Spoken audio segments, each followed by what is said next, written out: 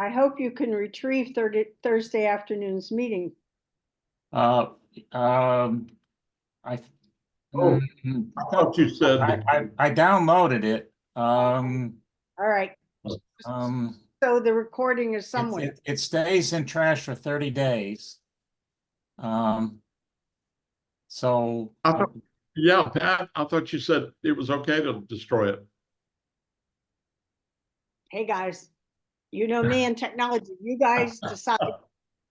there's no point. I just don't want to lose it. Once we get it downloaded, there's no point, in Gotcha. keeping Yeah, that's it. true. I didn't But- realize you but- had downloaded it. Okay, good. Well, that was the reason. I mean, I downloaded it this morning, went out to get groceries, and by the time I got back, it was still in there. Oh, dear. So yeah. Yeah, the problem is it's now on Mike's machine and there it'll stay until we figure out how to do something with it.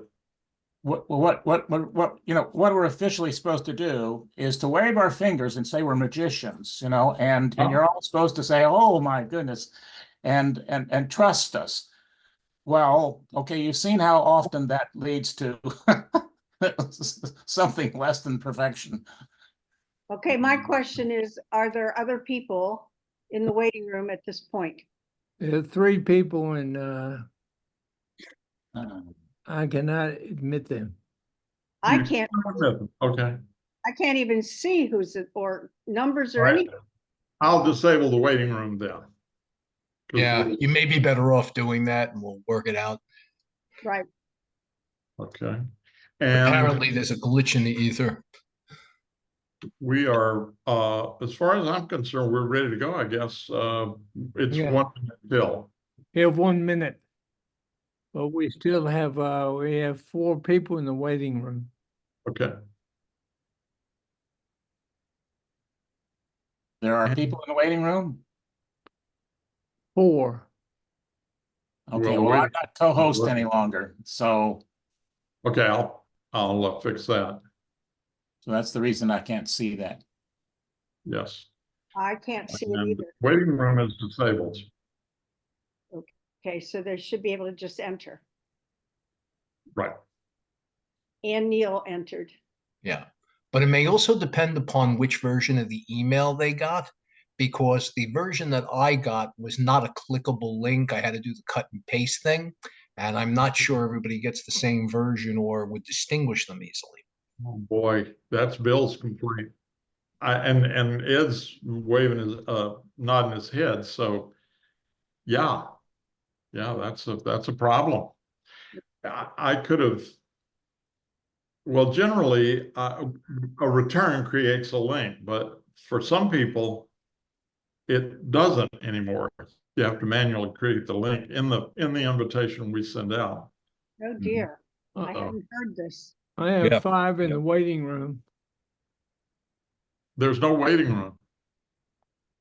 I didn't get a clickable link, but if you highlight it and Right. then Copy. left click on it, right click on it, you can open it that way.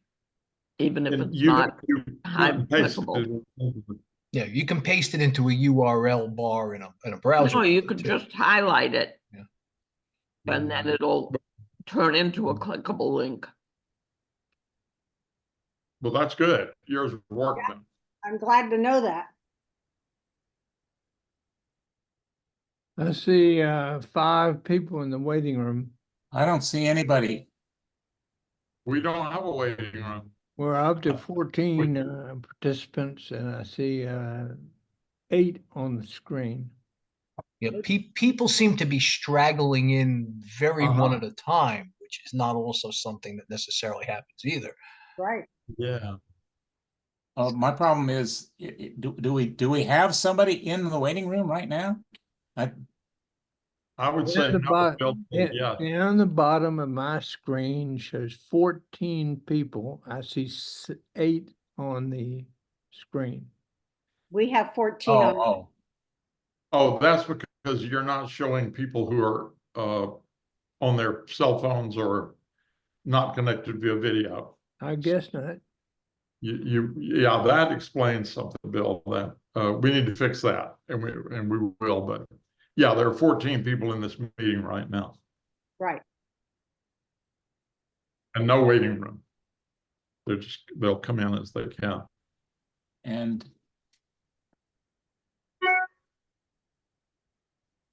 I've got 3 minutes after Bill. It's, All right, well, I'll be glad to start, but I was just curious about the. yeah, We have Sounds like 14 someone people. else. All right, well, I'll go ahead and start. And as people There's- come in, here they come. I think, wait a Here they second. come, here they come. We have a number. Number 17. now serving number 17. People are coming in, although Anne is in here twice. Okay. All right, anyway, I'd like to welcome everybody. Can you all hear the mowers? I've got dogs, I got mowers. What else do you need? Sound effects outside, slamming doors, horns honking. Well, since it's Derby Day, Oh, look at you. Uh, I'll welcome everybody. I hope I have a Derby party later, so I'm getting ready. Anyway, I want to welcome everybody, and everyone I'm glad you're here. And I see some shiny faces, and I don't see any new people yet, but we'll get to that. One thing I do want to talk about is at the end of the meeting, we have a survey, and it's very important oh yes, go ahead. Show the agenda, Judd.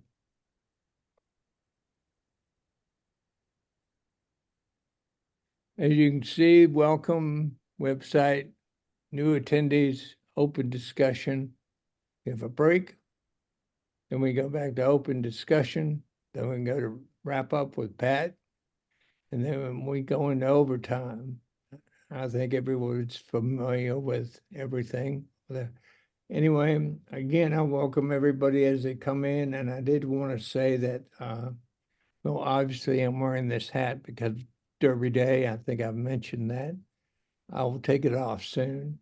But I did want to mention that at the end of the discussion today, we have a survey at the end, and we're hoping that you fill it out. It's very important because it helps our team with planning, takeaways, and topics. So it's very, very important. There are 4 very easy things. It may take you 30 seconds to do, but we would really appreciate that you fill out the survey. Anyway, I'm going to turn it over to Judd, who's going to talk about our website. So take it away, Judd. Okay. I just wanted to spend a few minutes. I'm sorry if we're redundant, but we are trying to get people to go more to the website. And so I'll just take a couple of minutes and show you a couple of things about that. This is the way our homepage looks. Can everyone see that? And so up at the top, the top menu says we have things in there like resources such as types of neuropathy, and then we have a calendar which talks about future events. We have events and meetings which talk about past events. We've got an online newsletter called Footnotes, and that tells you stories and the happenings and events and things that are working around the world that we think you might be interested in noting. This is where you go to join, and joining is free, and everyone who's on the call probably has joined, but if you haven't, it's good to go there because that'll make you notified for what's coming up. Our member section is just, it's kind of a catch-all for some inside information. FAQs are easily answered questions that people ask, popular questions that are answered, and we haven't updated that in a while, so I don't even know what's in there. And then that's about us. If you'd like to read about the leadership or how we manage things and so forth. So there's our homepage. Let me just slowly, that doesn't need to slow down. So I'm going to scroll down the homepage so you can see what it looks like. I want you to, when you go there, you'd recognize it. There's our search engine. That needs to be taken down. It just pops by. It's got about 6 to 12 articles in it, and they get updated routinely. And then you go on down the homepage. We have a newbie guide that anyone who's been recently diagnosed should really go here. It tells you a little bit about what neuropathy is, the different types, and how to put a medical team together, and various things that we think you need to know about neuropathy coming into it, because it is complicated and so forth. Resources are, again, some of that I've already referred to, but just things that will help you understand this condition and better fight it. We're all about lifestyle here, not particularly finding the drug cure, because that really doesn't exist. But what we really want is to find solutions, workarounds, distractions, lifestyle changes that will help us deal with this. And there's a lot of people in this group that have a lot of great ideas. I'll just go on down here. This is pretty interesting. We've tagged a lot of the material on the website, so you can just hit meeting and you'll get a table of contents for the meeting, or all our meetings, or nutrition will give you dining information. There's Pittsburgh for Pittsburgh information, and it's not leading you to specific pages, it's leading you to types of information. And so that's pretty interesting. Now we get to the footer. The footer on every page on the website is has this information on it. And this is good to know. If you can find pnsnetwork.org on your browser, then you can get a lot of information that will help you connect with us. For example, email. You can reach Pat at leader@join here. Footnotes is found there. The newbie guide is found there, which I've already gone over. And then I want to point out this one. At the end, it says groups around the country.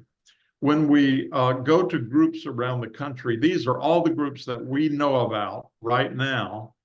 And we want to keep this updated, but it's constantly changing, of course. But these are groups that we know about. And if you don't live in the Virginia, D.C. area, and let's say you live in the Pittsburgh area or the San Diego area, or Chicago area, and you just want to join a local group, you can find it right here. I'd like to point out that the Western Neuropathy Association is big and wide, and it's no longer Western. In fact, our favorite member, Glenn, is located in New York City. So, but as you can see, they're all over. A lot of these groups are in California and Texas and Chicago and so forth. So geography means very little anymore. So I think that's what you all wanted me to do, right? To show off the website? Yes, sir. Right, thank Okay. you. Should I You keep are- my hat on, Pat? I like your hat. Good, all right. All right, anyway, okay, the next feature we have is, I don't see any new attendees, or am I missing somebody? What about Ann Neal? Ann, I don't see Ann on the, I think that she has been before. okay, Okay. so It there would be no new, helpful. It would be helpful if the people who just have their phone numbers listed or iPad or iPhone, if you go to the participants at the bottom of your Zoom screen and find your name, you can rename yourself, and that would make it easier for us to interact with you, answer your questions, whatever. If you feel comfortable, the people who are listed as iPhone 4, iPad, or the 2 phone numbers, go to participants, rename, and you should be able to add your name there. Thank you. Okay, again, any new attendees? And or also, if you just speak up, unmute and speak up, you know, we'll change the name on the screen for you. Yeah, true. You know, we're a very helpful and supportive group, as you can tell. But if you're in a federal a witness protection program, we'll let you by this time. Yes. And I am taking names. And doing what with them? All right, no more new attendees, so we can just go to, let me see, open discussion. So I'm going to just throw it open to anybody who wants to talk about anything going on in their lives or what's happening or. Gordon has a question in chat. How do you support the group? Would you like to expand on that, Gordon? Are you questioning our financial resources? Sure. I just think that it's important because I've supported you guys once. I'd like to do it again. I think it's important to promote that you know, the answer to that question, so people are aware, as probably most of you are, that you know you need the support. So that's all. Excellent. Our treasurer is not here today. Judd, would you like to show the donate on the website? Yeah. The most Okay. the most important the most Yeah, thanks, Gordon. the most important input Mm-mm. that keeps us sustaining from other than money is time and participation. Participation in the meetings clearly, but also we have a board of directors who meet once a week. There are some weeks we don't meet, but mostly we meet every week, and we plan out what we're going to be doing and try to make plans for into the future. And then there's mechanics involved, and all of that takes time. It doesn't take a lot of time, but it does take time, and we're always looking for people willing to participate in that.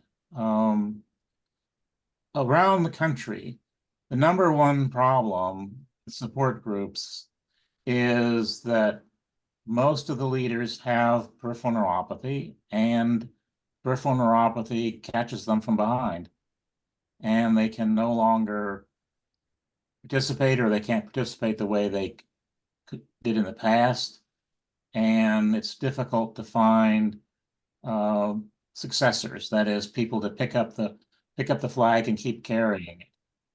And the more help we get from members to do sometimes just one-time things, sometimes especially helpful if somebody's can be a regular. That's really what sustains this and sustains all these groups. And so if you ask, what can I do?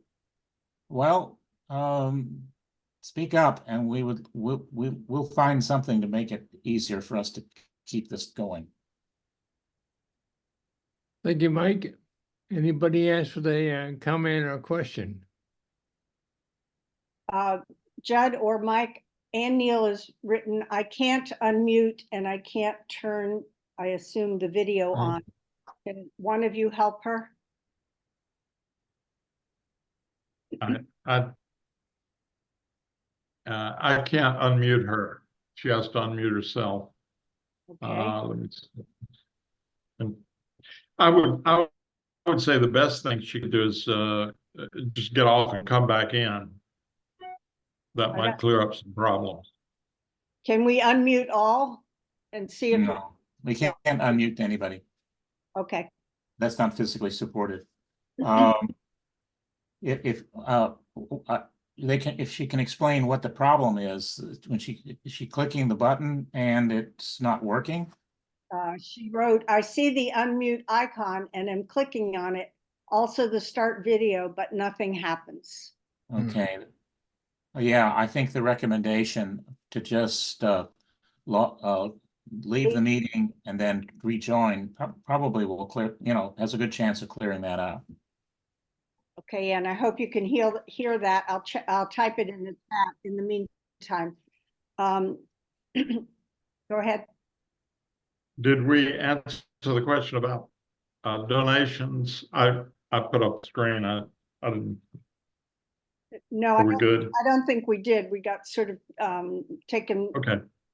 astray there for a moment, but helpful information from Mike. It's not just money that supports us. I can't tell you how many hours the executive team puts in planning these meetings, getting speakers, organizing events that are upcoming, writing articles for the webpage. Anything that you feel that you could contribute, even if it's a one-time thing, you want to write up, you saw some research, you saw something that a medication or such that you tried.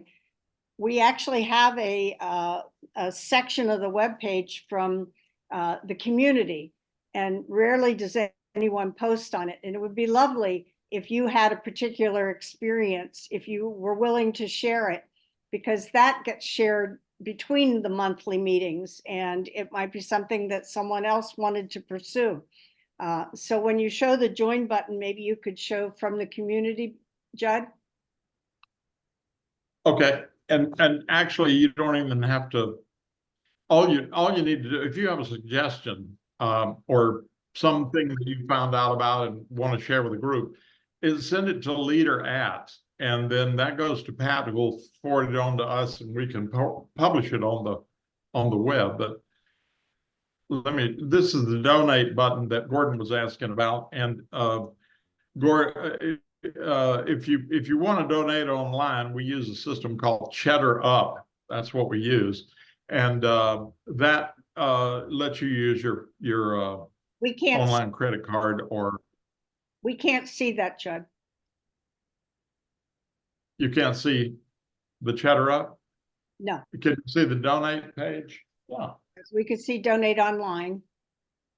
Okay, I can show that.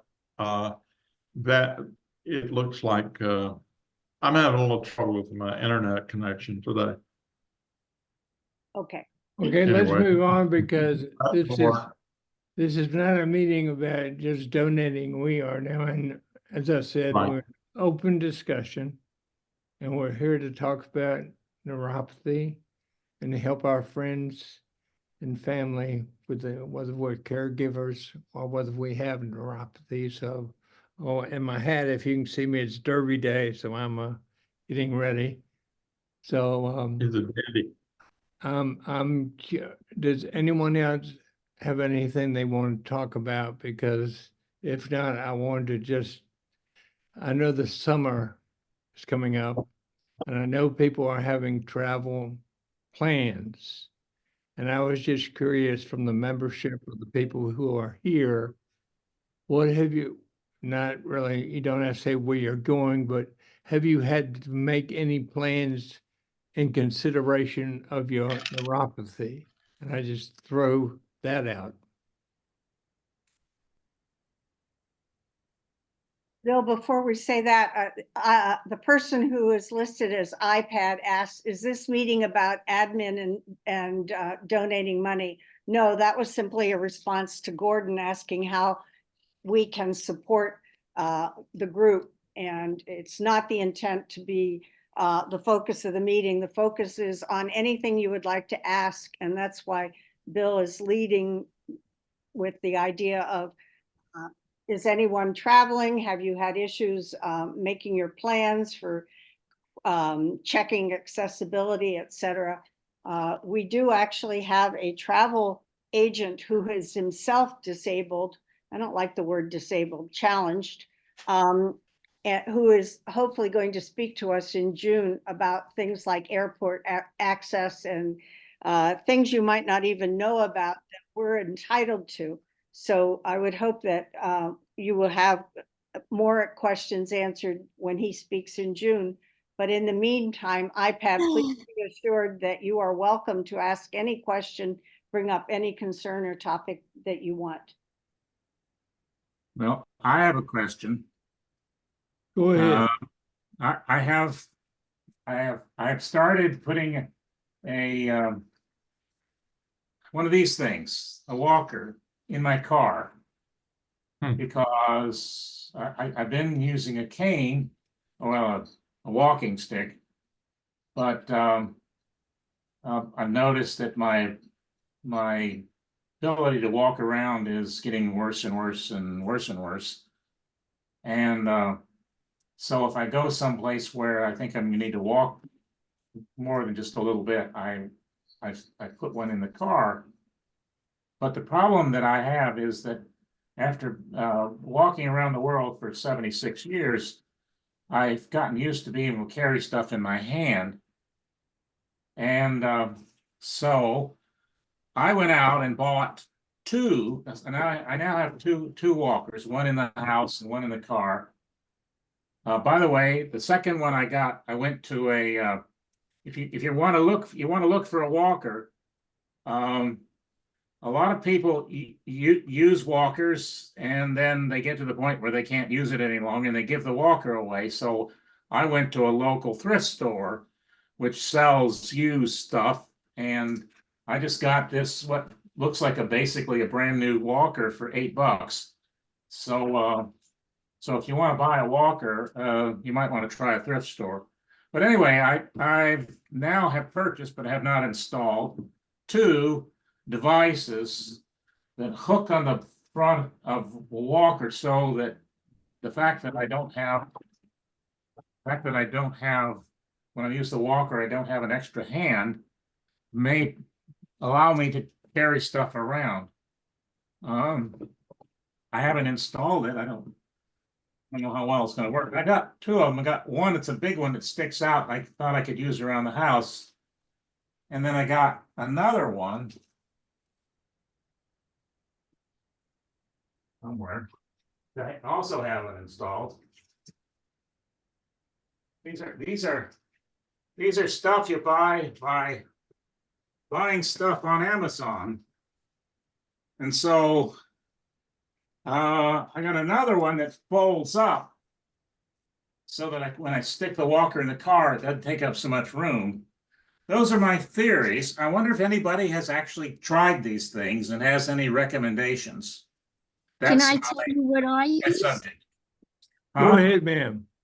Judy, Go ahead. I just attach either a carabiner or those, the double figure eight carabiner style things. Mhm. Because mostly I'm doing things that would fit in big, nice shopping bags, canvas shopping bags. And then I just hook the shopping bag on it. And the nice thing about that is that it doesn't make any problem in folding. They weigh, like 2 or 3 ounces, the shopping bags. It's just very, very handy. I wondered if you would have trouble, Mike, with the folding one. I don't quite understand. Is this a structured? Can you explain a little bit more what? Oh, okay, it does fold. Yeah, it's supposed to. The point is that when you put it in the car, it's not taking a lot of room. I haven't unwrapped it. Kind of the theory was that I'd come to this meeting and somebody'd say, "Oh, send that back to Amazon and get your money back." Yeah, if anybody had ever actually used one of these things. But I guess that's not going to happen, so I will unwrap it. By the way, some people make a lot of money on what is that, TikTok, by making videos about unwrapping things out of boxes. So here I am abandoning my opportunity to make a fortune on TikTok. It's good rehearsal. Huh? Well, Mike, while you're unfolding that, is there anyone else who'd like to talk about anything they've got planned for the summer as far, or what they used in the house, or something that helps you with our situation? Not disability, right, Pat? That's right. Yes, Judd. Well, I'd just like to, some people may not know this, but the airlines are very keen to help us travel. I can't believe I'm saying something good about the airlines, but anyway. If you can get on. Can call, yeah, I know. You can just call them and tell them that you need a wheelchair, let's say at the airport, and they will meet you there. They have this speed demon driver that will push you into all sorts of things and get you to your gate fast. I mean, pronto. And then they will pick you up at the other end, even meeting you right outside the plane in the little, walk area. And I've used that twice now. And I'm telling you, it is great because especially everybody knows about Dulles Airport now, and how you have to go up 3 and 4 flights and upstairs and elevators and all this. If you're in a wheelchair, it becomes tremendously easier to travel. So I just mentioned that in case you don't know, just call the airport and ask. It's a free service. I guess they accept tips, but they want to do that. They kind of, it's almost like they have a commitment to customer service for people who, are having trouble moving around, which would include me and several other people that I know. And so I just throw that out there. Dad, could you clarify, did you mean call the airport or call your airlines? Well, however you can get through. I mean, people do different things. If you go through a travel agency, they can handle it too. But I'd say call the airline. Okay. But it's really the airport authority, I think, that does it. And there's also the thing, they have the little golf carts that I've hitched a ride on, even to the point of saying, I'm tired of walking, hey, flagging the guy down, and he'll let you on. So for me, where I'm walking in my walker, they automatically know I'm going to need something, and I don't have to call ahead of time. For me, I just go to the counter, and when they see him in a walker, and they said, "Do you need a wheelchair?" And I say, "Yes." So for others that don't know that, most of the time at Dulles, I never called ahead of time. I always had someone say, "Do you need a wheelchair?" And I said, "Yes." For me, I'm talking about. And you do tip them. I do. I think I give them $5 each, and you might have 2 or 3 people to get you to where you want to go. So you got to figure out how much you give each one of them, and also when you arrive.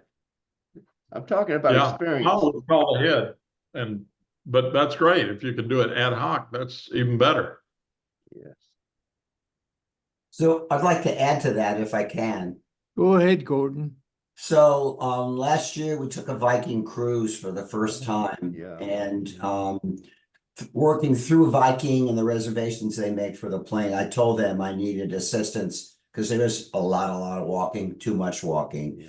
So they handle all of that. But when we got there, we did get the question maybe once or twice, did you make a reservation? So I think, yeah, you can get to the counter and say, I need a wheelchair, but I think it's better if you can get to the airline and let them know that ahead of time, just in case. And everything else you have said is right on the money. I mean, you get great service, you get sometimes ahead of the line, you get into the plane, and you do have to tip the folks, but it was a very positive experience. Gordon, I'm curious, when you got off the ship, when you were doing the Viking cruise, did they have any arrangements or options for improving the accessibility? Well, accessibility to the boat, I'm not really sure. I mean, I don't think that was ever a problem. So with Viking, one of the nice things about making reservations with them is you can sign up ahead of time for the options that they offer, like a walk, there's a walk into the city. there's other things that you can do, but they'll also indicate what the difficulty of the activity. So it's easy and it's in between, or it's difficult. And so a lot of times we just took the easy one. With every stop at those small little towns or cities, there's always a walking tour, always. And they'll break up those groups into 2, sometimes 3, depending on how well you walk. And every group has a guide. So it's extremely well done. Okay, thank you. Anybody else about getting around town or getting around Europe or getting around the USA? Helene, go ahead. Well, this may be limited to me, but my mother lives in Massachusetts. I live on Long Island. I take the ferry across Long Island Sound, and I always tell them that I need assistance getting from the car deck up to where you sit, and they have an elevator, and they park you right next to the elevator. And they're very good about it, and they will help if I have luggage, which I don't usually have if I'm driving, but for a while I was walking.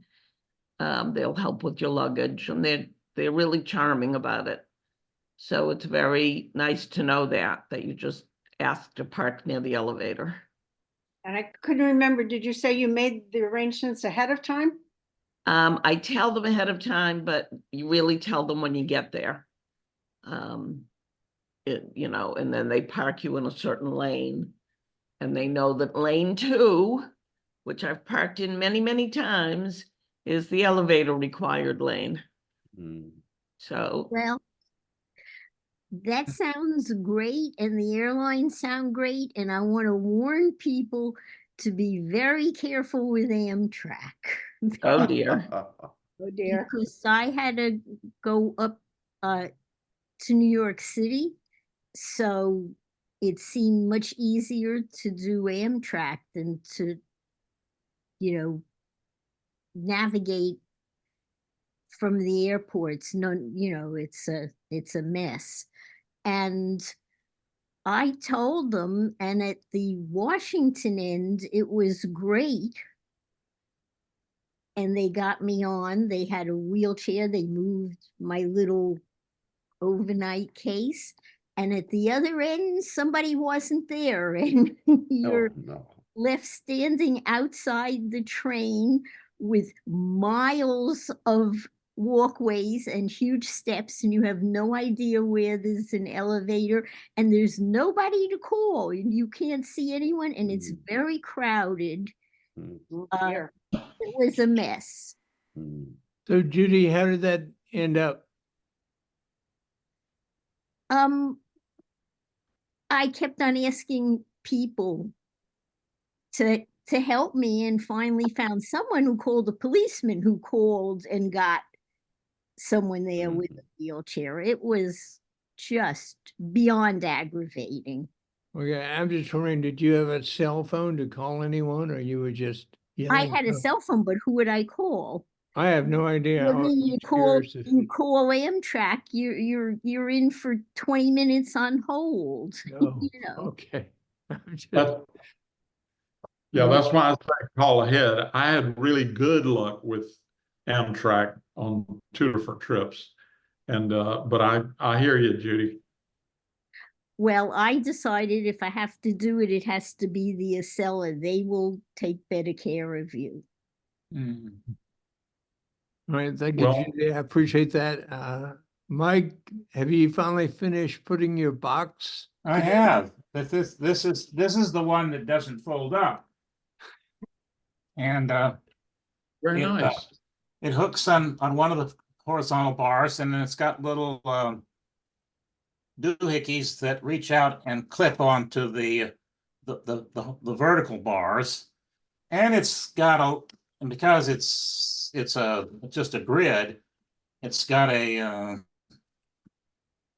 plastic insert with to hold your drink and small things that would fall off. That's And important. you can tell that it's very secure and would never pop off. Oh, wait a minute. What did I say? Anyway, that's this one here. But I bought this intending to use this walker inside the house. Now this particular walker, when you go to a thrift store, you get what they have. It seems to be a very nice walker, but it looks like brand new. But it didn't have wheels, so I had to go buy some wheels. I haven't put them on yet. But anyway, just trying to figure out how do I function in the house when my balance is just getting steadily worse and worse. Can I tell you two more things about this? Yeah, Judy, go ahead, and then Helene, you're next. Judy, go ahead. For shopping, if you're going out, I had one of those things a long time ago. It's quite narrow, and if you're getting something, like a bag with a cantaloupe or a watermelon, it's not going to go in there. It's why I found the bag and hook system much better for shopping. And in the house, there's a flat tray. You see it on Amazon that has 2 slots in it, so it just fits over the handles, so you can still hold the handles, and it makes a nice little shelf there. You can put your plate on it, a glass, just all kinds of things, and shuffle around. Again, you couldn't put a plate in that to get yourself, from the kitchen to your dining room or whatever. They're very inexpensive. All right. And it Judy, they sell those at Mobility City. I noticed that when we did the tour there, the trays, and I thought, what a great idea.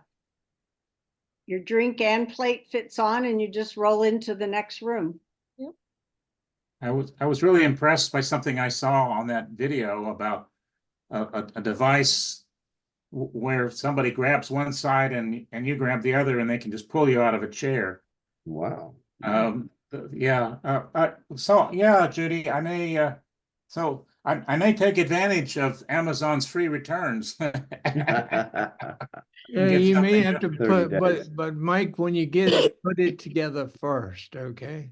Okay. Okay, Helene, your hands up, go ahead. Yeah, just 2 suggestions about the walker.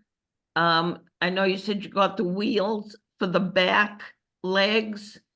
There's something called glides instead of just the round little things that are on it. I don't know how to describe them, but they're called glides. And if you put those on, they're like 2 or 3 inches, 2 inches long, maybe. The thing just moves much more smoothly. I guess you could say it glides along. Yeah, I've seen glides, I've seen little rubber stamps, and I've seen tennis balls. Tennis balls ever don't missing a really tennis glide ball- very well. Yeah, I think the glides Yes. move the smoothest I've ever seen. yeah, that's good. The other thing is you can just get a big shopping bag kind of thing and loop it over the handles. And I think Judy's idea of carabiners is good, but you don't even need to do that. You can just loop it over the handles, and that pretty much will carry stuff around too. Not a dinner plate. For that, you need a tray. So Thank you. Anyone else on travel this summer? Pat Caston? Yeah. Oh, well, I plan to travel on Amtrak on the Acela because the platform is on the same level as the floor of the train car. If you go on the less expensive regular train, you have to climb up some rather steep steps, which is hard to do. Now, what did you call that? What The type of Acela. car? The Acela. The Acela. It's The train said Acela, but it's the Acela. ACELA. Yeah. Okay, the is that on, is that It's a connected slightly to- faster, somewhat more expensive train that goes between New York and Boston. And it's more comfortable. You have a reserved seat. There's even a first class if you want to get service like you'd have on the first class airline. So now is one of those cars usually available on every Amtrak? No, No, no. Okay. The Acela is an entire train of Oh, okay. more easily accessible cars, and it's maybe 45 minutes faster than the regular train. The Northeast, I can't remember what they call the other. Corridor, the Northeast Corridor. Well, yeah, that's where it goes. Both of them go up and down the Northeast Corridor. But the Acela is more expensive and more comfortable. It certainly is worth it. But that works best for you then, right? And probably for all of us. Okay. Yeah. Has anyone else tried the Acela? Yeah, I took a train to New York and back. On the way back, we took the Excella. It's a much better train. It's more comfortable. It's faster. It doesn't make as many stops, which is partly why it's faster, but it's much better. And that was again DC to New York and back. There is the Northeast Regional Train on Amtrak. I think that's the other option other than. Yes, that's what it's called, the other option. Okay. I'll put Anybody else? Peter? that in the chat. Yeah, I'm trying to get where you can see my walker and my bag on it. I'll try to turn my flashlight on, maybe see it better. But I can open a seat and you put stuff down there. And then you get the bag on the side, like someone mentioned. And that's what I use. And here's my pickup stick, what I have to have all the time. So that's an example of what you're talking about. For me, I have to use it all the time. That's a rollator, right? Yeah. That works for you. That's good. Right. Can you distinguish between a rollator and a walker? That's the lady. She A knows more about rollator, it. do you And- see that instrument that he has brakes and four Yeah. wheels? Right. A rollator is, you start it and stop it. And pick it up. It's quite a different beast. So we go to an exercise class twice a week. It's called Silver Sneakers. And I take my rollator to that because some of the exercises they want you to sit down, and I find it very difficult to get up and down from a regular chair. Whereas with a rollator, I find it possible to get up and down. It's not perfect, but I can do it. Whereas it's gotten now where getting out of a regular chair is an adventure. Yes. It's highly recommended that if you sit in your rollator, it be backed up against a wall and the brakes be on. Because if you sit down in a rollator that doesn't have the brakes on, it could roll backwards. Yeah. Fall And you down. should not use the rollator as a wheelchair. Mm. That's not safe either. Right. Well, that's what the brakes are for. I found that on mine, one of the brakes had a lot of difficulty. I have had to several times have to tighten the bolts Mhm. get the brake to work. But so far it's been very useful. I've had one for about, I don't know, 4 years now, 4 or 5 years, and it's turned out to be very useful. At first I hardly used it at all, but now I've gotten where There are several occasions I use it. Sometimes I take it to church. Mm. I use a rollator most of the time when I'm going somewhere. I use the rollator because I have to have brakes. I can't deal with not having brakes. And I use the Nitro.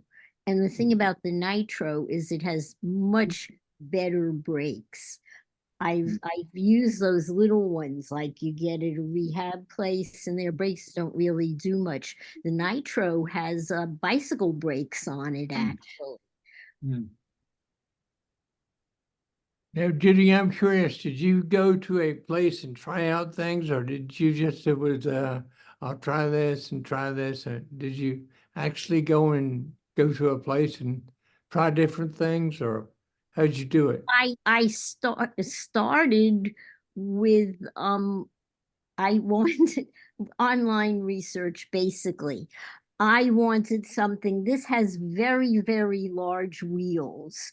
I can actually just easily roll on up and down like little curves that are very hard with the other kinds of rollators. And I can even roll on a gravel path or in grass.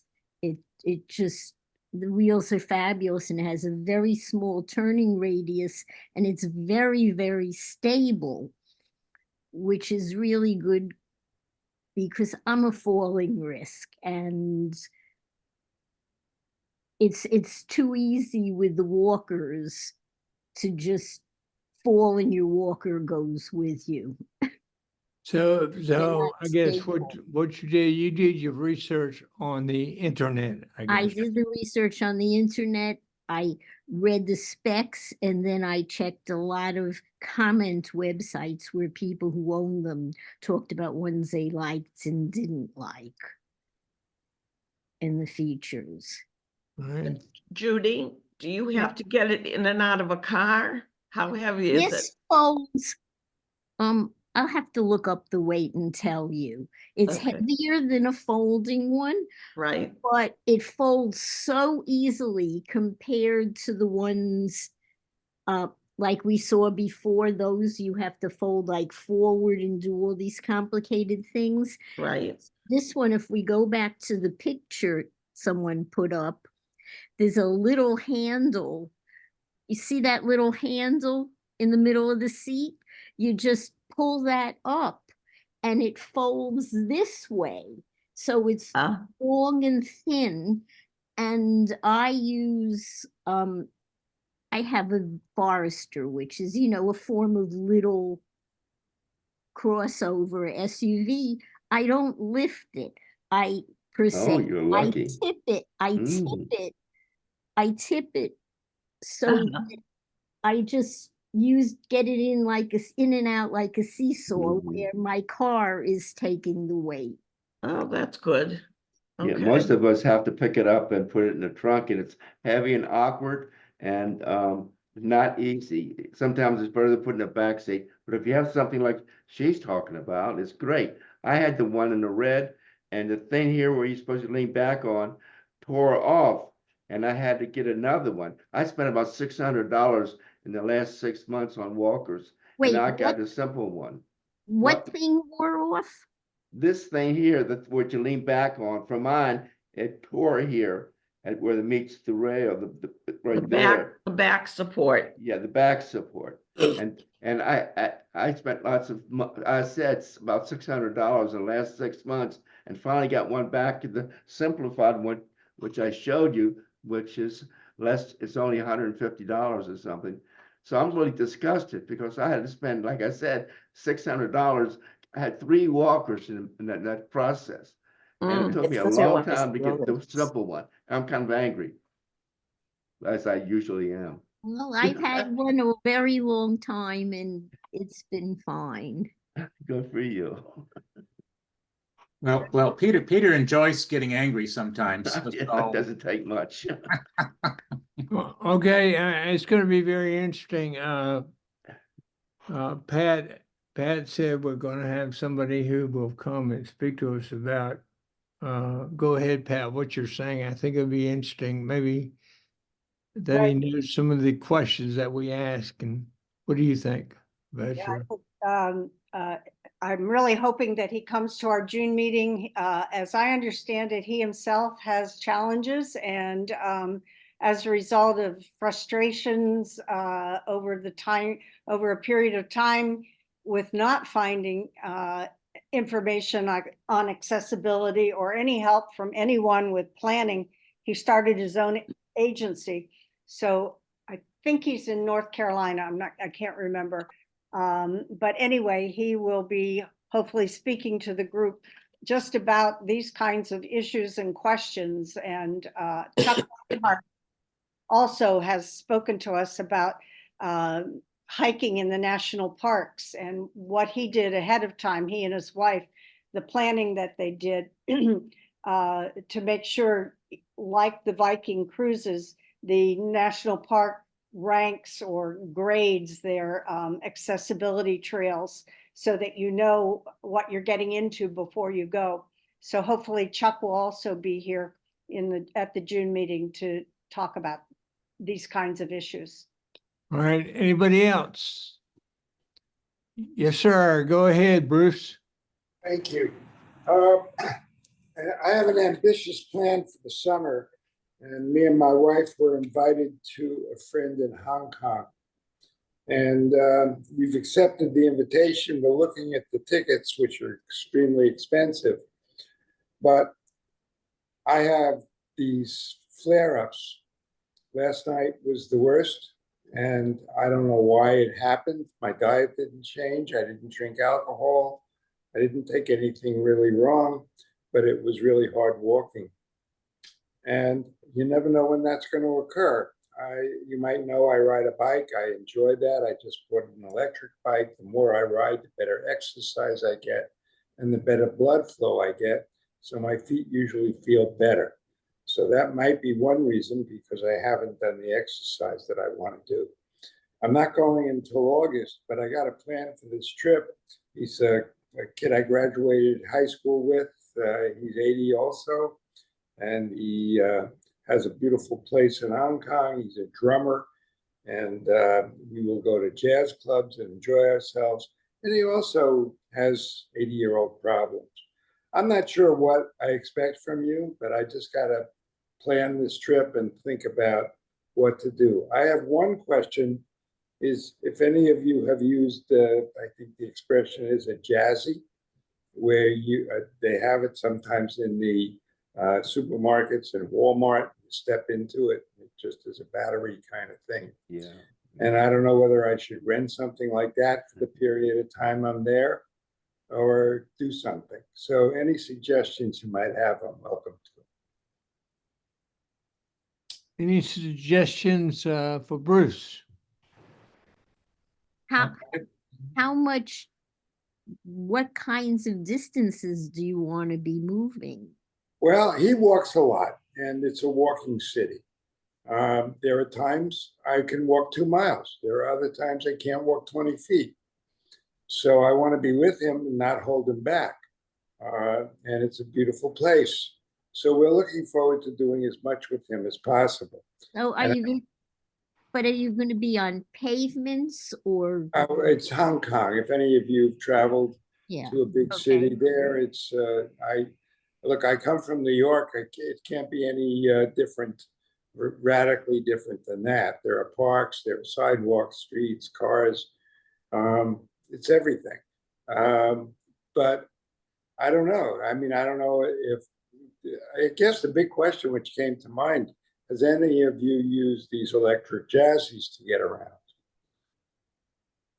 Electric, what are they? They used to be called jazzies. You'll see them in Walmart. You'll see them in big department stores. Yeah. Guys that go into these things, they have them in the front of the store. So you don't have to walk through the store. You go in, it's like a little mini golf cart, but for Yeah, Right. I use them every time I go shopping. I don't know what the distance is that you could take it if you wanted to take it on the On the street. street. Well, you see it. Yeah, I see it down here in Florida where these guys are in those things. I didn't think about it until this moment, whether they're available for rent. There are issues. First of all, you'd have to know there were nowhere steps because, Hey, but I wouldn't know anything. I've never been to Hong Kong. yeah. So But the other thing is, I tried one once for Costco because it's such a gigantic store and I didn't want to walk. And they said it was all charged up, and I took it and I got halfway down and I was in a basically deserted aisle and the battery went dead. It was a major frustration. welcome to the world of e-cars and e-items. I think that's So I would two things. I mean, there are very light travel wheelchairs. I don't know, if your wife would be willing well, push sure. you if you He and wore his out. wife. I don't want to be pushed around in a wheelchair. Sorry. Okay. The other, well, I'm just throwing. I it know. out there. I'm saying it. My instinct. The other is thing I'm not is, ready for it. I Peace was, now. Be nice. Be nice. Let her finish. All right. All I right. saw, I was in a South Lake Shopping Center going there, and somebody opened up, they also had a SUV style, but he took out a little folding motorized thing that it was a little teeny motor, and it was, I guess, sort of like a motorized wheelchair, but it was very light and streamed down, not a great big thing. Yeah, that's what you want. And I'm that, wondering about the little, like, I just got this electric bike. I haven't even ridden it yet.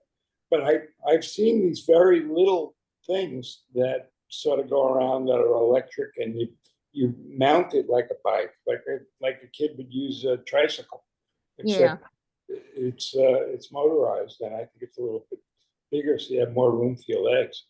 All right. Well, Judy and Bruce, that's probably a very good question that Pat can ask the Right, I'm the actually, person.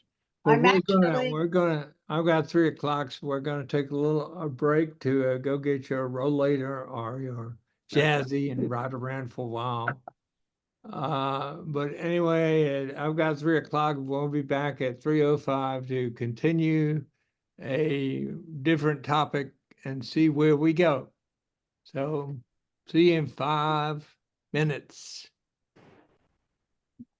Thanks for those pictures.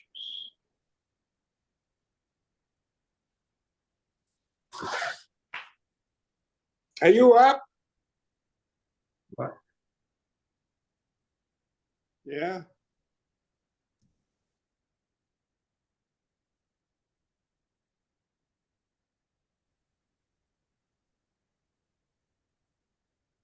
is Mike still on? Somewhere, yeah. Because he asked me a question and I think I answered, but I'm not sure I got it in the right place. Well, my hearing,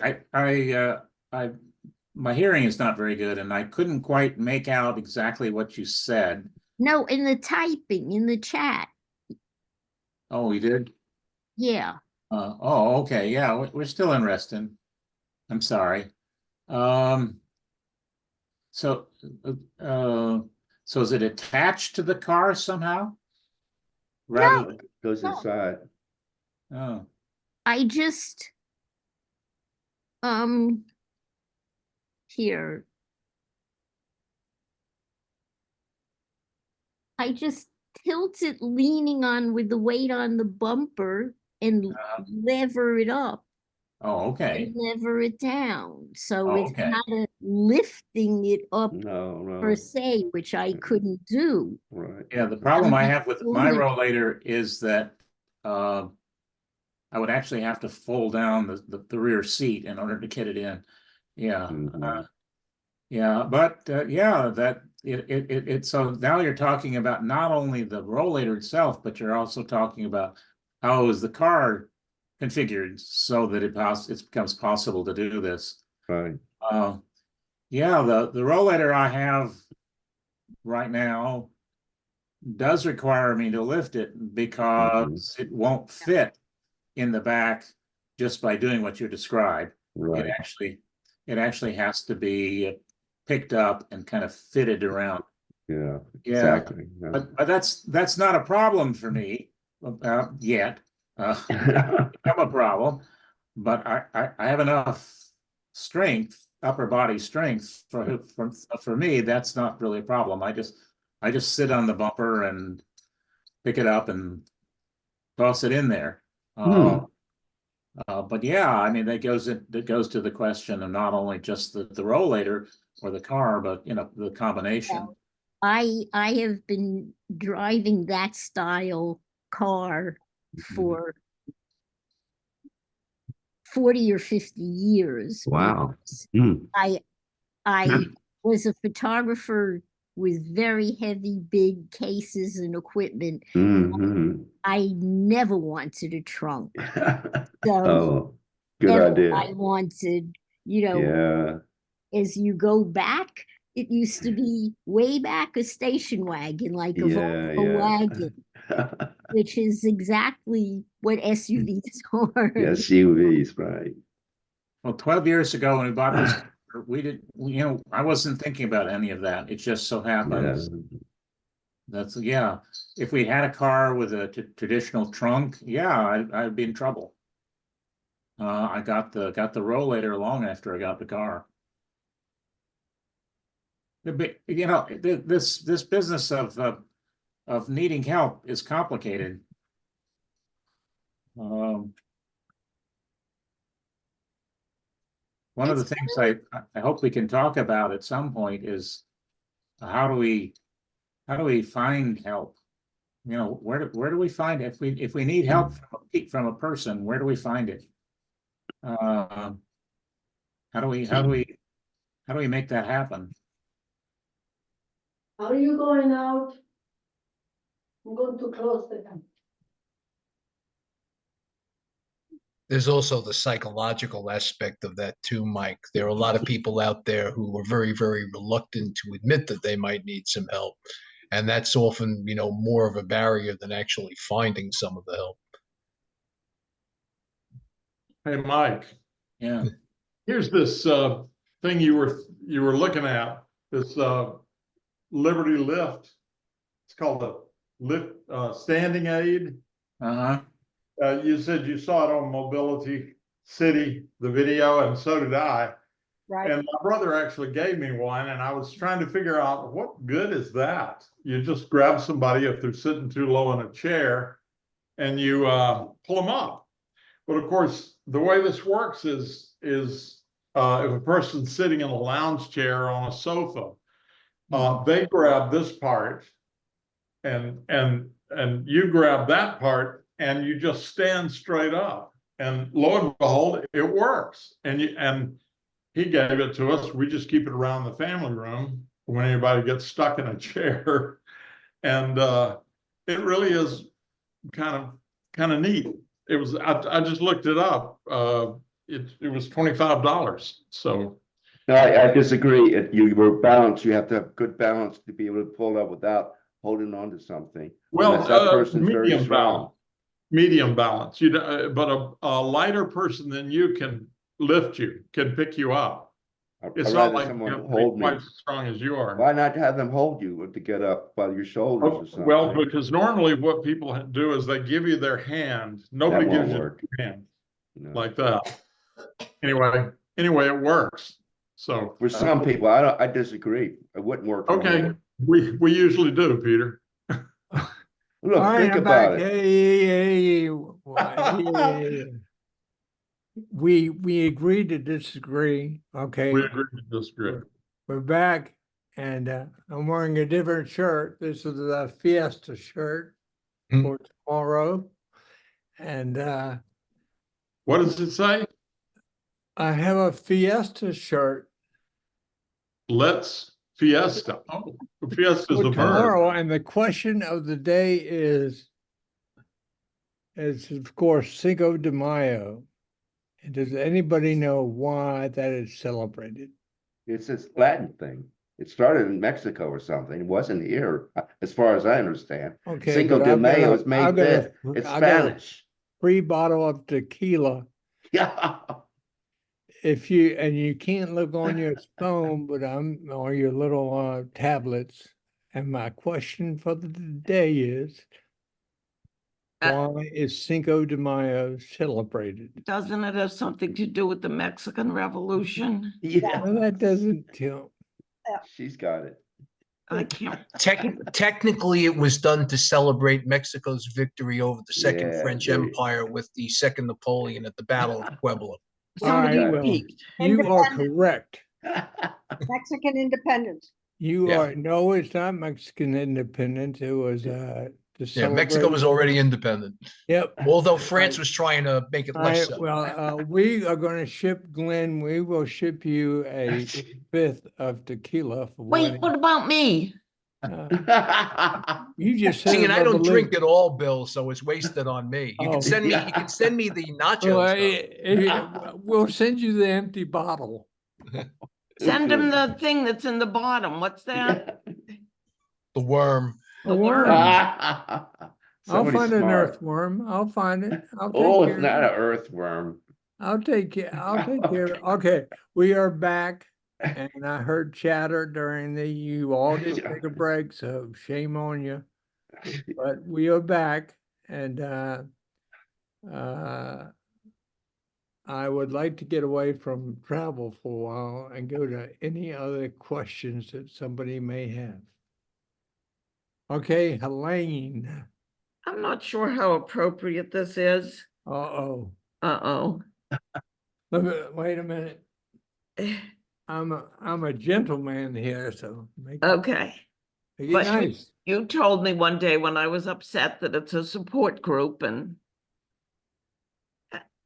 my plans for the summer are, I'm having back surgery on Tuesday Ooh. and I'm a nervous wreck.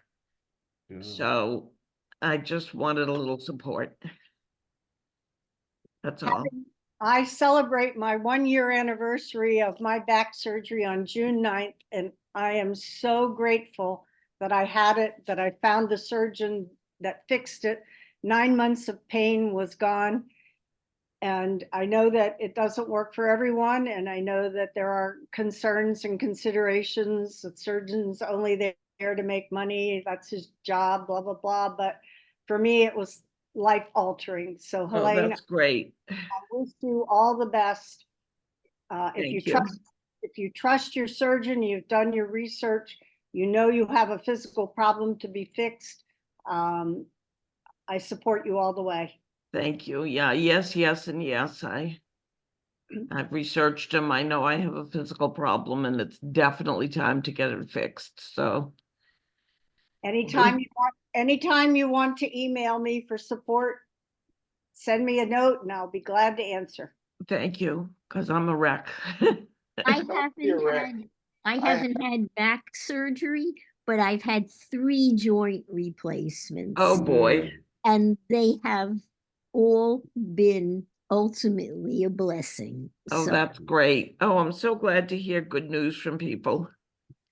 I had back fusion surgery, 3 L4, L5, 2, 3, 4, 5, and S1, and a great surgeon. And my back was killing me for a long time. And now I'm doing everything except walking well because it didn't help the neuropathy. Right. Expecting help for the neuropathy from the back surgery. I only wish you well, but I don't believe it's possible. No, I don't believe it's possible. No, I'm having a laminectomy infusion. That's good. Yeah. Good. Oh, Take my Helene, word for it, it's good. Elaine, Yeah. I've had 2 rotator cuff surgeries and I can now do this. That's great. I've yes. only had 1 rotator cuff surgery. So anyway, I wish you a lot of luck and I'm sure we all do. Thank you. Thank you. And Pat is certainly the one you can talk to because she has been through it. She had a bad time and now she can walk fine. That's Right, Pat? great. Thank you so much. I'm Okay. gardening again, which is for me, just amazing. Oh, that is amazing. Just the thought of being able to do that. Well, good for you, and may I follow in your footsteps. Amen. Keep Amen. in touch. Keep in touch. Okay. I shall. Anybody else with a question or some topic? I've got two bad shoulders. They're arthritis in the shoulders joints, and I think it may have been in this group I was talking about what I should do about it. At first it was just my left, but this year the right shoulder is causing a lot of pain, but my problem is that there's rehab involved in doing the surgery. And the story on the left one was about 4 years ago, the end of 2021, I guess it was. I looked into the possibility of getting shoulder replacement surgery for my left shoulder, but it turned out there was skin cancer right where they needed to cut. And by the time the skin cancer had healed, I noticed that the pain I'd gotten used to it. I tried using my arm during that period of time, and it got to the point where the pain didn't seem that significant, and so I decided to cancel the surgery. Well, fast forward to late last year, I got back in touch with the surgeon again and talked about it because it was hurting a lot more. And then since then, the right shoulder is providing a lot of pain. But now I have responsibilities to care for my wife, and I just have a lot of responsibilities, and I can't quite see how to go through rehab. And then so I went to a doctor, another surgeon, a different surgeon, and I said, what will happen if I just ignore this pain? I mean, would it ever get to the point where I couldn't actually use my shoulders? Other than the pain, is there anything? And he said, no, you can always continue to use your shoulder. You still physically can move the arm. Yeah, it'll hurt, but the only reason to do the surgery is to relieve pain. And so right now, even though both of them hurt, and I am, I'm pretty cautious when I do exercise. I have to try to avoid the popping, which is where the joint kind of freezes, and it actually is damaging itself every time you get that popping, because you're further degrading the surface. So I'm careful. I try to avoid that popping, but right now my intent is to just let it ride and I'm hoping maybe. So right now, the pain I'm receiving on my right feels worse than the pain on my left, even though any objective look would say, well, gee, your left shoulder's in much worse shape than your right shoulder. So to me, I take that and I say it has to do with the way in which I'm processing these sensations I'm getting. And I've gone on now for 4 years, and things change and up and down. So as long as I can physically move the arm, I guess I'm just going to keep on going. I say that story because it sort of supports something I've say many times, which is your pain is what your brain does with those sensations. And I've got my own shoulders and experience with shoulders as an example.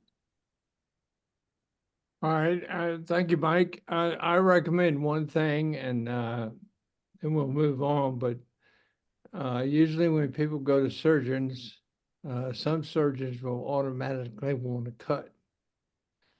And then there are some surgeons that don't want to cut, and they'll say try physical therapy first. So I recommend that you interview some surgeons and go to physical therapy first, and see how that does. And then if that doesn't work, then maybe have surgery. But I just throw that out. Pat, go ahead. I sort of am mimicking Mike's experience. I was told pre-pandemic that I needed full replacement, full shoulder replacement for my right shoulder. Because of the pandemic, I didn't have the surgery and thankfully did PT, and absolutely, again, am fine. The PT worked. It took time, it took exercise. And I know Mike's situation is difficult because of his responsibilities for Lindy. He may not be able to do, I did 3 times a week PT. But again, for me, that was successful. I'm actually, the one good thing I think about the pandemic was that I didn't have shoulder replacement surgery. And I'm happy that I'm doing fine, knock on wood, and both back and shoulder are working great.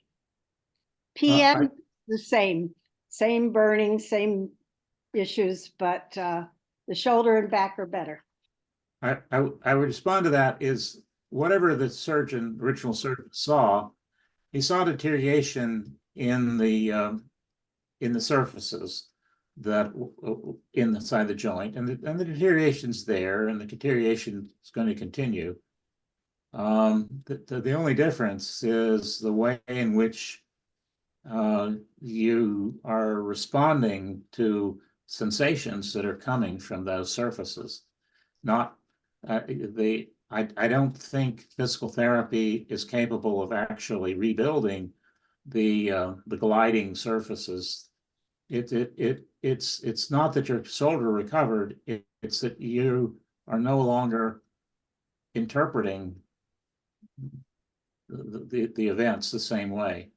And that's the exact experience that I had. Is I had like COVID, I had some skin cancer that had to be treated, and in the interim, and this thing called pain in that shoulder, retreated. But my shoulder is much worse off physically than it was in 2021. And I've had feelings that bothered me with my shoulder and going back, much longer than that, back long before I retired. So this is obviously a problem for my joint that goes back a long time. It doesn't. The body's not capable of repairing that surface. There is investigation going on to now. Glenn will tell me the name of this stuff, the smoothing stuff, and as I get older and older, I have more and more difficulty with words.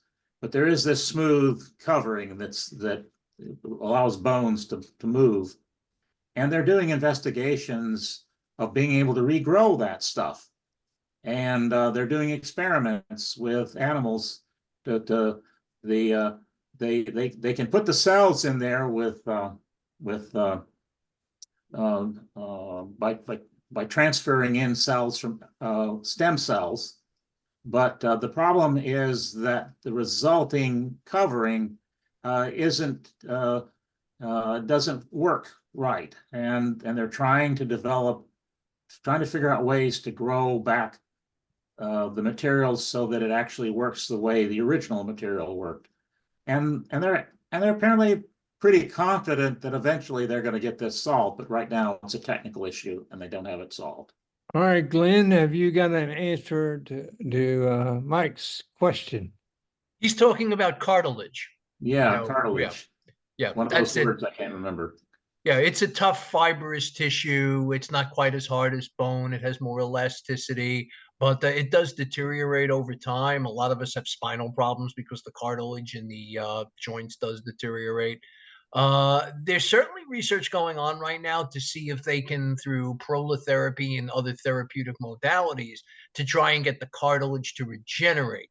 The problem is that cartilage in general doesn't tend to have a very good blood supply. And so it's not easy to get it to heal when it deteriorates. We'll see, 20, 30 years from now, if there are more ways to do that. But yes, the idea is to certainly, if you want to avoid arthritic breakdowns in later age, you want to try and preserve what cartilage you have. All right, thank you, Glenn. Anybody else on any questions in neuropathy? Bruce, are you just laying down by the beach, or you? I'm with you 100% in fantasy land. Yeah. So I have a question, if I could, it's okay to jump. Yes, sir. in. Go ahead, Gordon. I'm wondering how many of you have met with a neuromuscular dystrophy specialist? Oh. Anybody? I met with a neuromuscular guy, but he was not for MS. And he was very thorough, an Indian guy at University of Miami, highly recommended. He gave me B12 shots, which didn't do anything because I'm not low on B12. And he basically said, yeah, you got neuropathy. And it's just one of the annoying things because you go to the best doctor to hear this, and the conclusion was the same. And so, I mean, a neuromuscular guy is who I went to, whether he treats MS or anything else. Okay. Very thorough with my body, gave me a million tests, blood tests that were not done at University of Miami. I had to go to Quest with a whole bunch of stuff, and there was nothing that came up. And that's all they did is the same everybody else does. Take these blood tests and tell you the same conclusion. Glenn, Yeah, Glenn this might is, oh, sorry. Go ahead, Pat. there is, Glenn might be able to help with that because we've had repeatedly people recommend that you see a neuromuscular neurologist Yes, that's as what I did. opposed to a neurologist. And I'd never understood the difference particularly, and I don't know how you find one other than Googling or Bing searching neuromuscular neurologist in near 22312. Glenn, do you have a comment? Well, yeah, they tend to be associated with research or tertiary centers that work with either muscular diseases or neuropathy. It's generally, just an extended, residency internship training that gets very, very deep into the woods. So places like Hopkins train them, or Weill Cornell, or Washington University in St. Louis. There are certainly some out there in private practice, but I don't think as many as would be easy to find. I would tend to think that at least in like your neck of the woods, your metropolitan area, it's talking to the people at Hopkins, and the Hopkins satellites, that would be the best bet. But what is the advantage? Can you please tell us the difference between seeing a neurologist versus a neuromuscular neurologist, which may be what Gordon was referring to? yeah, so Neurology is a very wide field, and basically, since everything is innervated, the different tissues that are innervated have different, needs and different diseases that affect them. Generally, neuromuscular neurologists work with the neuromuscular junction, and they work with nerves themselves, as opposed to the neurologists who work primarily with the central nervous system. There are, absolutely people out there that specialize in multiple sclerosis or in stroke or in migraines or things like that, but they don't tend to have as much training in peripheral nervous system conditions as people who've gone through those residencies in neuromuscular conditions do. So let me just let me add to that. So I made a mistake. It's actually, he is a neurologist and muscular dystrophy, not dystrophy. Is it dystrophy? I don't know, muscular something neurologist. So there is one I actually am seeing in September, University of Maryland in Baltimore, actually. And with the help of my Kaiser neurologist, who recommended him, for another evaluation. I'm not sure it'll amount to much. But I also learned through a neurosurgeon who specialized in neuropathy, a number of things, that what I have and what many of us have is a disease, he said. And he said it's a subspecialty of neurology. And most of your general neurologists really don't know how to diagnose it properly or how to treat it properly. So, but there is this guy in Baltimore, and if you guys wanted that information, I could get it to you somehow. Johns Hopkins, I went there for this specialist. I understand there's a blood test. He said when he took that blood test, he said mine was not in that range to have that disease. Do you know about the blood test and what they're looking for that? I went to Hopkins Yeah. probably 4 or 5 years ago. They did another nerve conduction study. No, that's not it. It's a blood It's test. progressed. I had an interview with a doctor, maybe it's inherited, maybe it's genetic, whatnot. No specific recommendations. Hopkins, sorry, but zero. I went to polydysphus in Johns Hopkins, and I didn't get any results either, but I also thought I had the muscular thing, and I went to Johns Hopkins, and the guy there, there's somebody on our show that should know about this. They said, after looking at your blood test, you're not in the range to have that muscular problem. Does anyone, Green or whatever your name is, know about the blood test they take? I'm not sure I'm understanding exactly for what condition you're talking about, because there are numerous blood tests for different types of neuropathy. No, I'm talking about the muscular one, the specialist. I went to see him, and he saw the blood test on it. He said, your range of this and that was not in the realm to have that problem. It was a simple thing I found out. Well, there are a zillion different blood tests. No, it's a special one that they know about. Yeah, but that's what I'm saying. You saw polydefcus, did you say? Well, yeah, I did for another thing, but for the muscular problem, I went to another one at Johns Hopkins, and there's a range in the blood test for a certain thing that if you're in that range, then you do have it. If you're not in that range, you don't have it. Well, there are definitely also blood tests looking for enzymatic components for muscle breakdowns as well. I mean, I'm trying to get a handle on what specific condition they were going after. No, I don't remember. But it was easy for me to find out which one, and it turned out to be no. And as I did say, I did go to polydiscus for about 4 or 5 years. And the ultimate one, he said, well, you have to get rid of all your antibiotic immune system in order for me to give you this drug so I can administer it to you, and it may work. And you know how hard it is when you can get rid of all your protection of your body, you can die. And I don't hurt, but I have to put up with this stuff, and I don't like it. Sorry. Okay, then. All right. So Is there anyone else who has a question? Yes, Bruce, go ahead. I always have a question about medication. And LDN has been a lifesaver for me in terms of pain. But when the numbness comes on, the only thought I have is to take a little bit more of Lyrica, which I knocked down from 400 milligrams to 100 milligrams over the past year, switching to LDN. But What is LDN? Low dose. low Low dose dose naltrexone. Oh, okay. And we have been, at the Bob Wright's, Facebook page on Good Stories for Neuropathy. He had a speaker, and he told us all about it. And I'm a firm believer that it's really great. And there's an LDN website where they have 73,000 people on it, and it treats everything, including the neuropathy, and it goes through MS and a million other diseases. It says it helps, but I do believe it for neuropathy, and it got rid of my pain. So my thought, What's the website? it's LDN. You just look it up, and it's the LDN Trust. And you can go to the website and you can see it. And believe me, if you guys don't know about it, here it is, low dose. Now you put it up.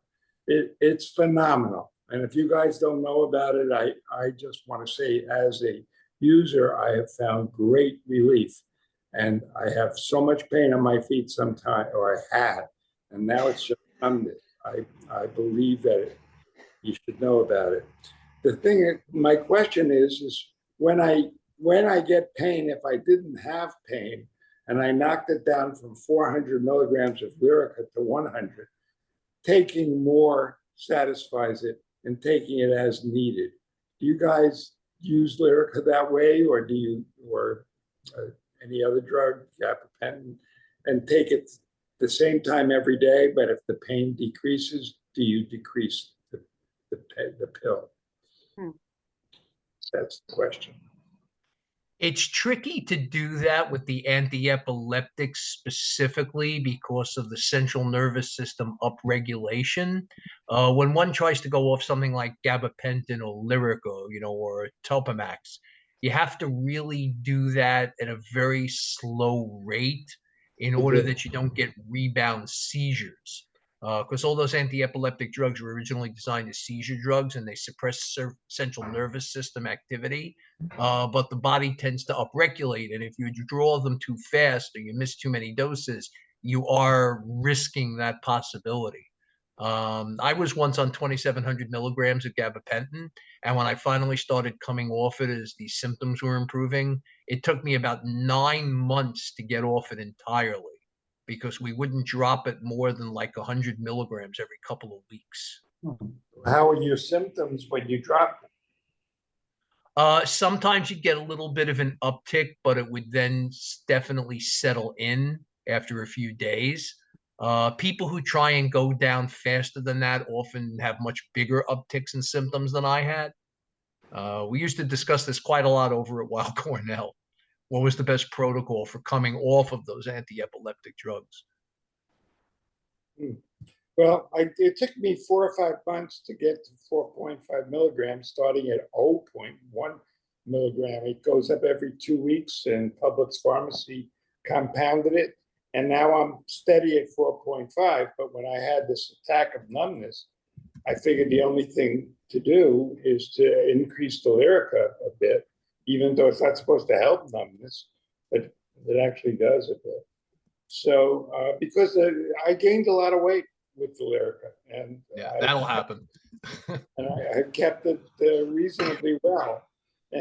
So I hate getting it back up again, but that's my own thought. My question.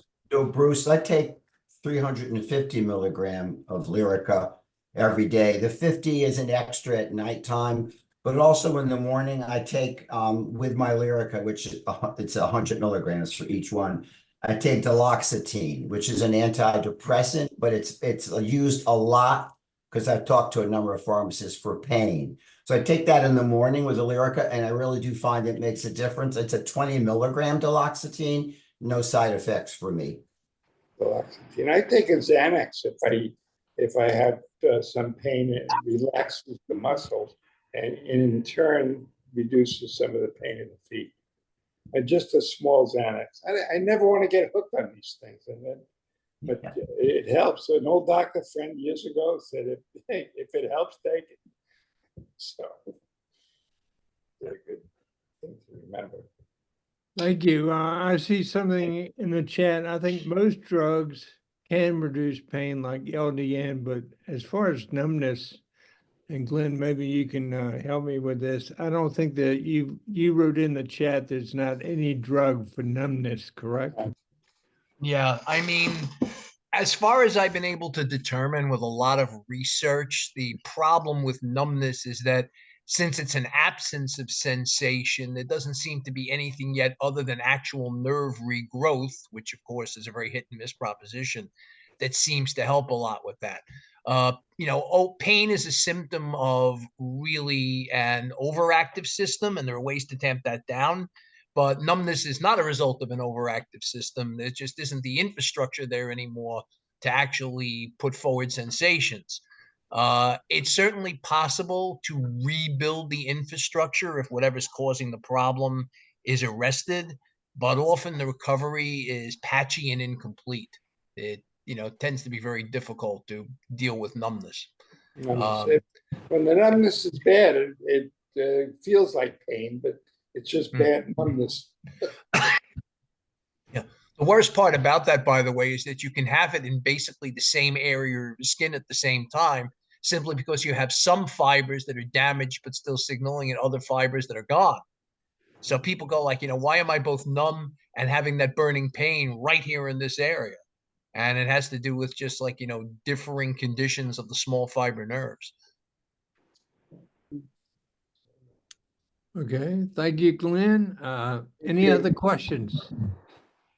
I'd just like to quickly ask Gordon, did you say you're taking 350 milligrams of Lyrica? Yeah, sorry, I needed to unmute. Yes, it's 3 pills a day, one in the morning, one midday around 4, and then one when I go to bed. But then so there's still, each one is 100 milligrams. Then at night I take a 50 milligram with the 100 milligram just to give me a boost through the night partly because of the burning pain, but basically, so. Right. Has this been a gradual increase? Because I'm only at 75 milligrams of Lyrica, and I'm like, you're at 350? Yeah, that's been true for some time. Maybe I started with less, but for many years, that's been the dosage. The neurologist has said, to increase it more beyond 350, 400 really doesn't make a difference, but that's her opinion. So The LDN should help you if you try LDN. yeah, I will. Good, great. And Pat, are you taking your 75 milligram just once a day? Yes, that's all that they've prescribed. I mean, I'm beginning to wonder, why am I taking it? I mean, is it doing anything? I don't know. I'm also on duloxetine, 20 milligrams. So I don't know. There can be a synergistic effect between the antidepressants and the anti-epileptics. 75 milligrams of Lyrica, though, is pretty low dose. Yeah. You'd have room to go up if you needed.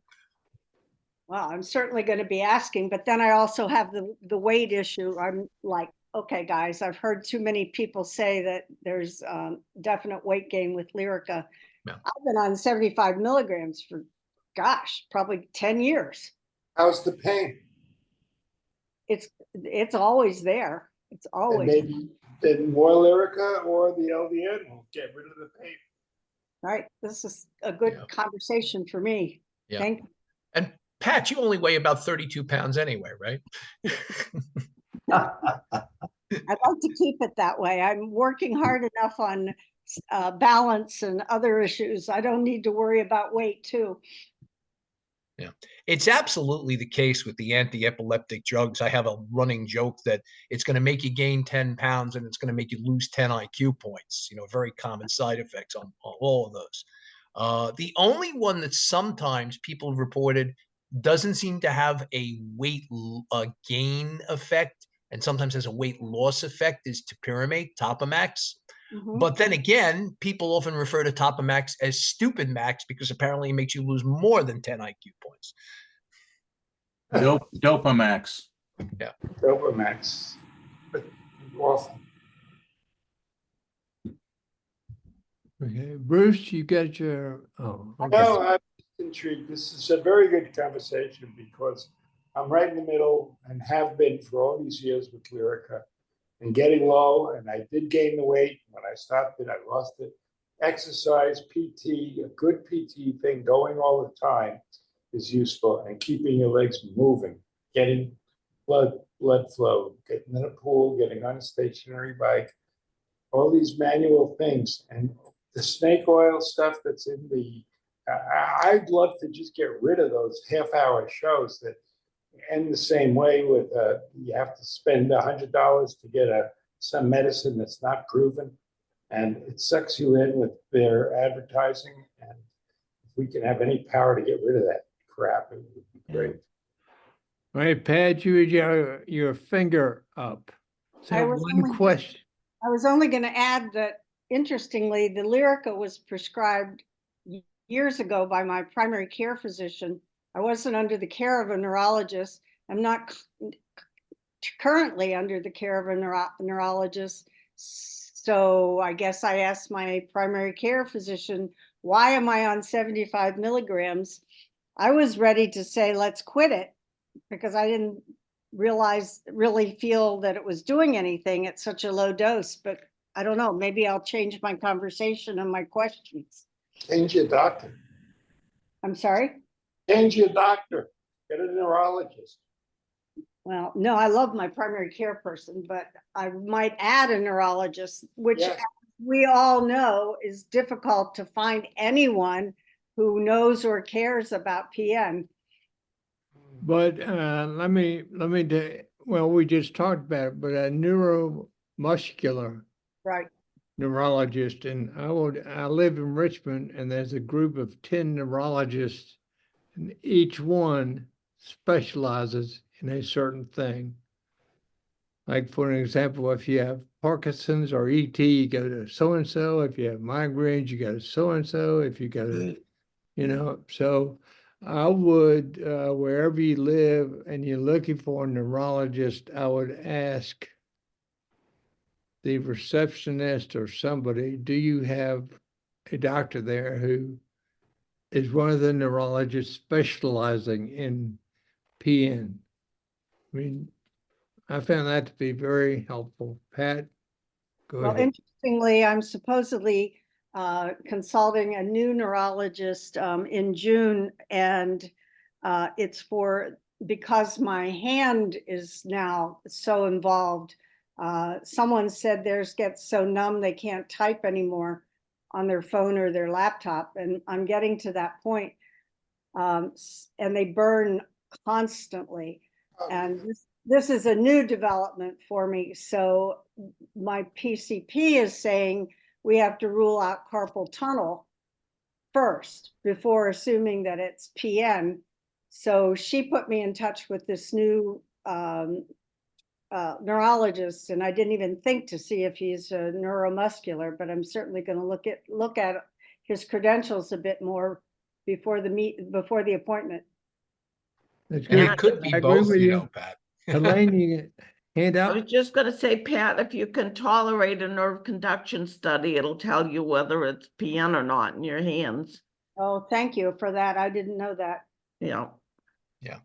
That's There's right. also the double crush phenomenon, which is actually more common than people give credit for, which means that if you have a systemic neuropathy, sometimes if you also get a physical crush injury or you get compression, you might get symptoms that are out of proportion to the sum of the parts. It's one of the reasons, for example, they don't like to do spinal surgery on diabetics, because people with diabetic neuropathy who then wind up with spinal compression don't tend to recover as well. Oh, boy. Pat, I hope you're taking notes. I am. I'm glad Okay, it's being well, recorded. okay, we're about to close up and wrap up, but my famous wrap up is remember, motion is lotion, rest is rust. And if you start exercising or lifting weights, go slow and go low. Sit, if you can only sit and be fit. And instead of saying I can't, say I can modify. That's my closing remarks. Okay, Pat, you're up.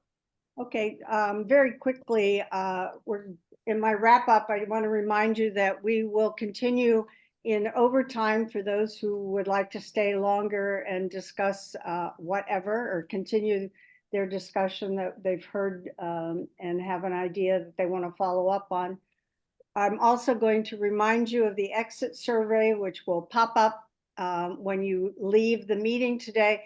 Please take a minute. It will only be a minute or two to simply answer a couple of questions, which, as Bill explained, helps us in planning, especially for speakers and programs. I also want to remind everyone that you can find the list of support groups that are meeting across the country by going to our website, pnsnetwork.org, and it will tell you all that we know of, at least, that are meeting when and where. Most, of course, are still on Zoom. And Bill Wilshire, Pittsburgh group, is going to meet on May 15th.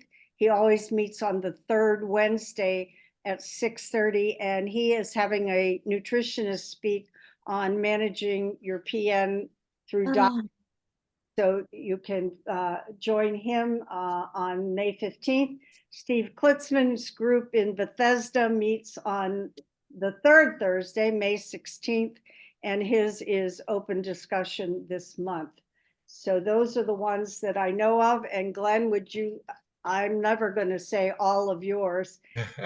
It's easier if you go to the chat or if you go to our website and the list is there of who is meeting and when, especially if you find the Saturday meetings difficult. There are a lot of evening Well, meetings going. hold on one second. Hold on one second, Helen. I gotta just. Yeah, I actually just threw into the chat the upcoming one, the chemo-induced neuropathy group that we're doing on Wednesday afternoon, second Wednesday of the month, plus the second Saturday, 1 week from now, WNA General Online Support Group. So they're in the chat now. Yes, and Great.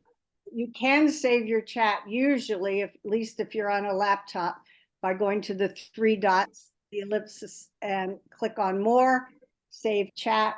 And if you don't or can't, you also will be able to find that on our website. Please use the website. There's a lot of time put into both ours and CJ's and in North Carolina and the Western Neuropathy one. There is so much information there and answers to your questions. Please use the websites. I appreciate your trying them out, just taking a few minutes scrolling through like Judd does most months. And the last thing I wanted to let everyone know is that we are starting or attempting the start of a new initiative, a support group for support group leaders. We are working towards advocacy and outreach and getting more groups going that will help meet your needs and those of others throughout the country who haven't found a support group nearby or so please, I will be telling you more about that, but it goes back to that whole idea of person power and volunteers. If you have time, if you could write a blurb, if you could research a topic, there's new marijuana guides coming up.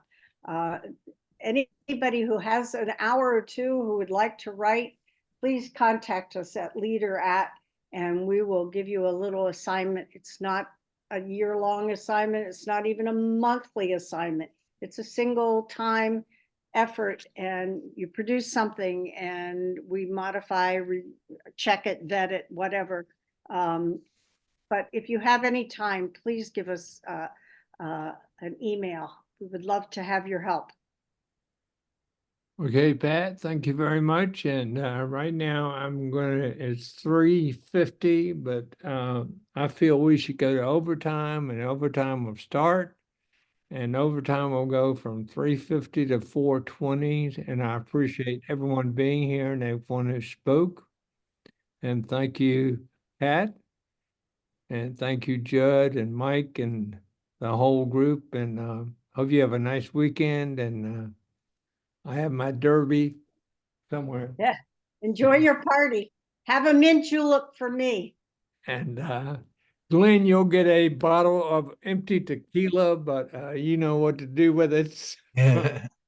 Anyway, like I say, we're going to overtime, and it's been a pleasure. Thank you very much. Good to see everybody. Yeah, thank you. Thank you. Cheerio. Hey, is Rich still here? Rich is, oh yeah, there he is. Still here. Time Magazine. I saw it on the newsstand. We went grocery shopping this morning. Time Magazine has cover stories. I guess probably has a lot of talk about cannabis. You seen that? No, I haven't, but I know it's been in the news recently.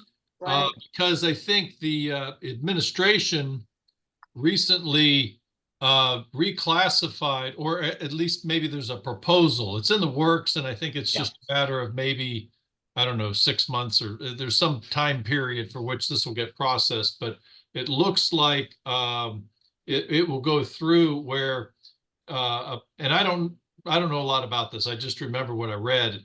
there are various schedules. The really hard drugs are at Schedule 1, and apparently cannabis was at a Schedule 1.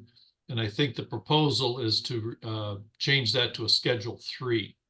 And I Yes. guess that may affect how certain crimes, get prosecuted and that type of thing. So, I mean, I know that's been in the news. I don't know all the details of that, but I know that has been in the news. Well, the thing, of course, is that it's been very difficult for anybody to do any research on cannabis. So it's hard to come up with, because it's not legal, it's just been extremely difficult for researchers to find out what are the answers, what does it actually do? And so I didn't pick it up to look at it, but I suspect that there'll be some material in there about the issues of, what does it do to your body in the various. Yeah, I'm sorry. Go ahead, Mike.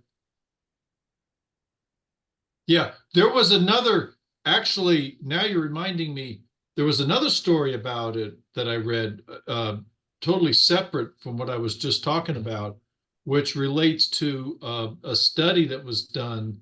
And I'm really vague on this, but I think it was in the UK, and it was of a few thousand people who volunteered, and they were monitoring the effects. And as I recall, the bottom line was there was concern that cannabis can have some adverse effects to the body over time. And I think they were and it depended on the degree of usage. The heavy users of cannabis had more adverse effects than those that weren't heavy. So that was another thing that I remember seeing in the news in the past month or so. Does anyone else remember seeing anything about that particular I study? do. Yes. Yes. Yeah. Rich, you are correct in what you're saying. And I understood that this is supposedly going to help with medical marijuana, obtaining the necessary requirements or whatever, lessening those requirements to improve access for medical marijuana. But I haven't heard or read that magazine, the Time magazine that Yeah. Mike's referring to. I'm going to look it up at the library. Yep. I'm a member of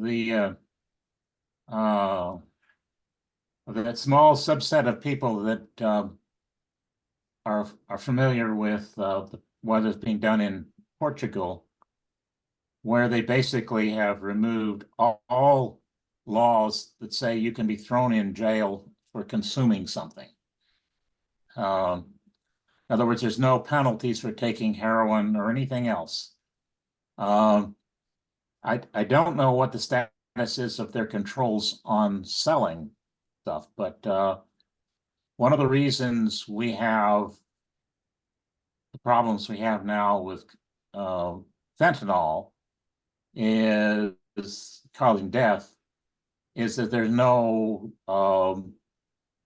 the consumption of a lot of these drugs that fentanyl is put in are all illegal. That is, so there's no legal structure to monitor what materials are put into those illegal substances, so they kill people. And we had exactly the same thing happen in the 1930s and late 20s and 30s when they passed a law making alcohol illegal. And so we had thousands of people die from drinking forms of alcohol that'll kill you. And we're seeing the same thing repeated now with fentanyl. And, it's just, why are drugs illegal? I mean, and it turns out it has more to do with who's using them than it has to do with the science. So, yeah, cannabis, what would be good or bad about cannabis? Up until now, no one's, not no one, but few people were in a position to study it because we declared it. We declared it, we had laws passed that declared it illegal, not because anybody really studied it. And we're paying the price. Our children are paying that price everywhere.